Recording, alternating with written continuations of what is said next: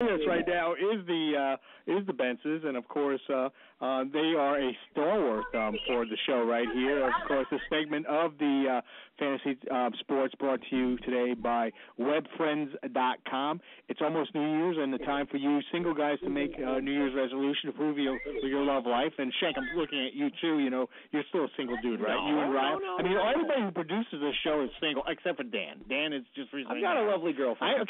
You're quiet. Riley, though. Riley's free. WebFriends.com has a database of over 8 million single young American women looking to meet the right special person.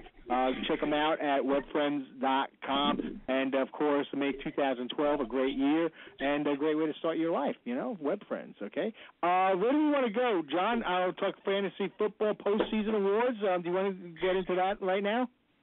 Yeah, well, you know, it's week 16 on the NFL schedule. We got a whole bunch of games going on Christmas Eve and a couple classics set for Christmas Day too. And it's championship week in fantasy football. So unless your league is messed up and you guys play week 17 when a lot of your stars on playoff teams aren't playing, this is the week we've all been waiting for. So if you're still playing, congratulations. We've been giving you advice all year. I think if you're in the championship, you're doing enough right where you don't really need our advice. So I thought we'd hand out a little hardware, a little postseason, end of the fantasy football season awards. So if you're ready, I'm just going to run down through the list. Does that sound good? Go. You got about 3 minutes. Okay, so the 2011 Rookie of the Year, there's no question. This guy delivered on his number one draft pick status in the first year player draft.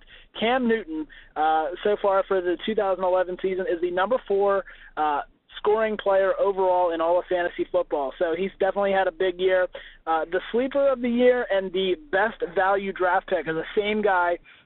Rob Gronkowski's record-setting season at tight end has clearly paid dividends in the fantasy football world, and he's not only our sleeper of the year, but also our best value draft pick. Our worst value draft pick on the other side of things is the guy who's suffered the Madden curse this year, Cleveland running back Peyton Hillis. Wow. He was projected to be a top 25 player at the beginning of the season due to injuries and due to kind of that controversy in the middle of the season about whether he was really trying to play or just kind of, you know, being injured because Cleveland stinks. He's outside of the top 200 in terms of his overall rating for this past season. So he's kind of our bust of the year if you have to give somebody that attribution. And then the MVP of fantasy football for 2011, I'm pretty sure he's the MVP of the league. His team's undefeated. He's had a fantastic year. Aaron Rodgers of the Green Bay Packers. Yeah, Aaron Rodgers of the Green Bay Packers. I thought you were going to pull a fast one here and put Manning down, you know, because they didn't win anything. Well, you know, Peyton Manning's been on the shelf so long. Okay. He's been on the shelf. He's been on the shelf so long that you know, I think if people did draft him, they probably ditched him, you know, a couple weeks in once it looked awful for the Colts. Okay. And go ahead. Well, hold off. You know what I want to do? Hold off on your 2011 All-Fantasy team. We're going to take a commercial break. We're going to be right back. You're listening to Spit on Sports. More of the Christmas show coming right at you with the Bences. Hang on there, everyone. How about Chevy Chase in the lingerie department? How did that happen? Because it's cold out? It's a bit nipply out. I mean nippy out. Yeah, I'm sure. Hey, Bob, you got a little connection to the National Lampoon vacation flicks, don't you? Yeah, sure. It's you know, one of the things that's on my bucket list, I guess, that I've already accomplished, and that is I actually slept in Beverly D'Angelo's bed.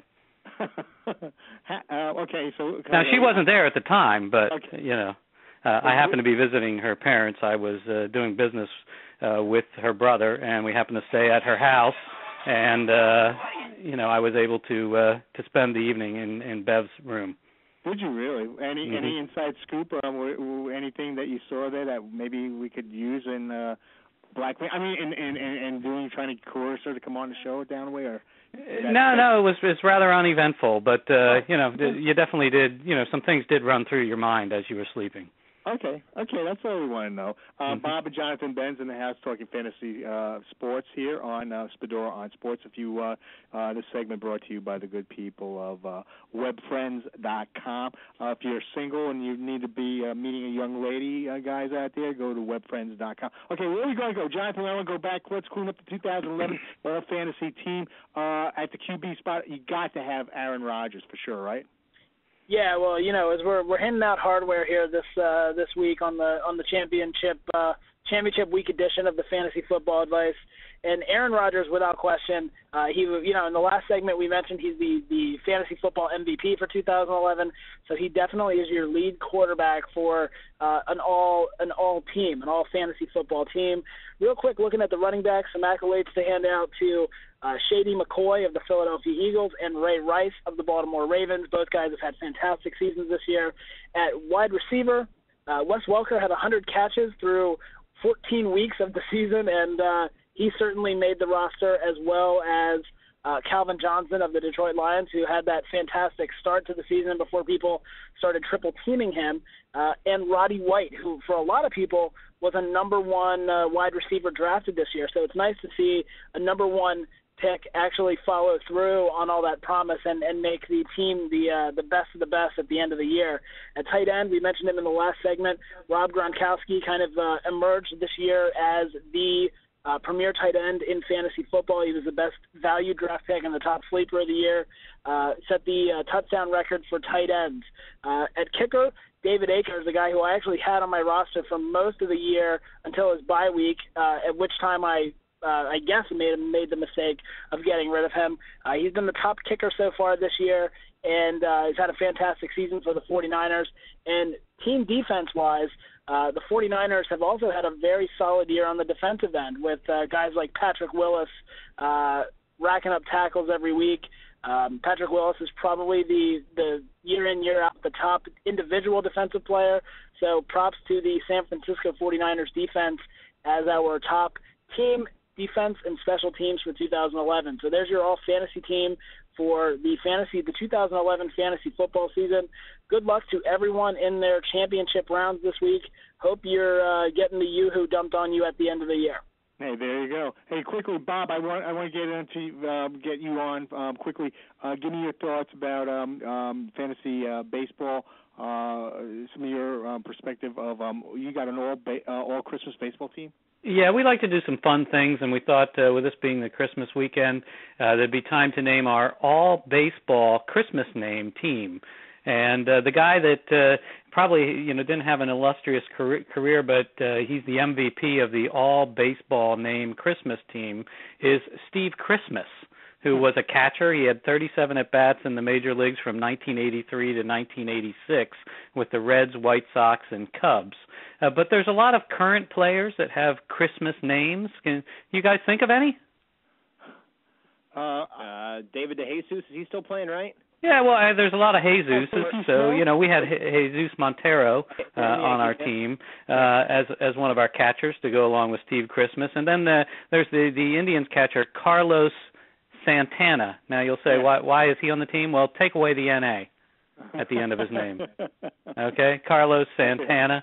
And, there's some other guys, the third baseman, Pedro Feliz Navidad, right? Yeah, Feliz Navidad. We got Jamie Carroll.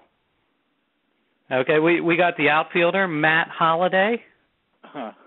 Okay. We got how about Lance St. Nix, right? Oh yeah, that's a good one. Okay. Angel Pagan. Okay. And Mickey Mantle, now why is he on the list? Yeah. Well, he's the Commerce Comet. That's his nickname. Oh, Jesus. You remember Minnie Minoso? He was the Cuban Comet. So we could have had two comets here on the team. How about Dodgers pitcher John Garland? Oh, yeah. Okay. Jeff Holley. Remember the pitcher Rick Wise? Men? Yeah. Okay. And ex-Reds pitcher Brandon Clausen? Yeah. Okay.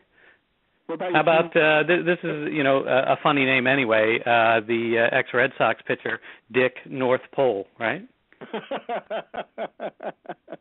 Okay, so that's our Ballpark Bob's baseball Christmas names team, and the manager of the team is Larry Shepard.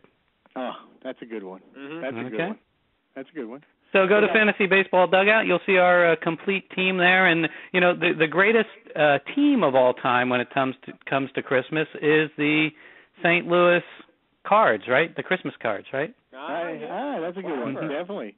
And if you can check that out at fantasybaseballdugout.com. Guys, I have to eat and run, but good talking to you. Merry Christmas to you and your families. And, of course, you'll be joining us next week as we bring you the New Year's Eve show, correct? Sounds good. Okay, guys, all the best. Merry Christmas. Thanks a lot. This is